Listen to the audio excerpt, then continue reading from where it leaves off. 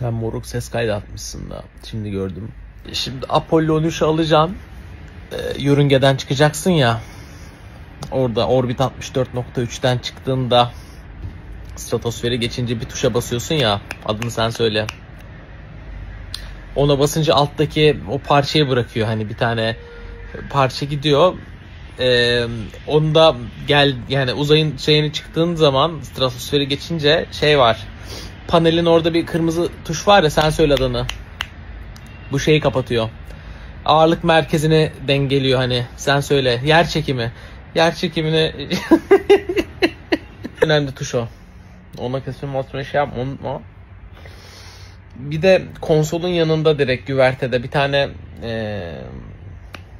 şey var.